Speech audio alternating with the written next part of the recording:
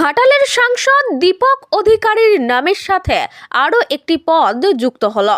ঘাটালের সাংসদ দীপক অধিকারী অর্থাৎ সুপারস্টার দেবকে দেওয়া হলো ঘাটাল শতবার্ষিকী কলেজের পরিচালন কমিটির সভাপতি। এই নিয়ে ঘাটাল কলেজে ছেলেদের মধ্যে হই হুল্লোড় এবং বোম ফাটানো চলছে। আনন্দ করছে, ফুর্তি করছে, মুখ্যমন্ত্রীর নামে এবং দেবের নামে স্লোগান চলছে। বিষয়টি হলো ঘাটাল শতবার্ষিকী কলেজের পরিচালন কমিটির সভাপতি পেলেন ঘাটালের সাংসদ দীপক অধিকারী।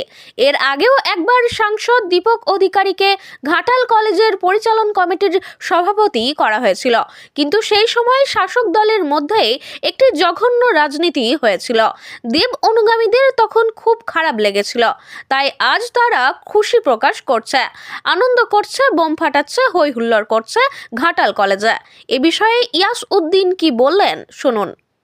অবশ্যই চলবে, এরকম সাংসদ পেয়েছি আমরা। এর আগে এরকম সাংসদ হয়তো ঘাটাল মানুষ পেয়েছিল না। যা কথা দিচ্ছে সেই কথা হিসেবে মানুষের জন্য কাজ করছে, কলেজের জন্য কাজ করছে, ছাত্রছাত্রীর জন্য কাজ করছে।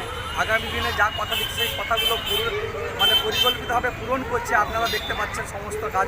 আমাদের সাংসদ এত বড় স্টার হয়ে এসে ঘাটালে বারে বারে আসছে।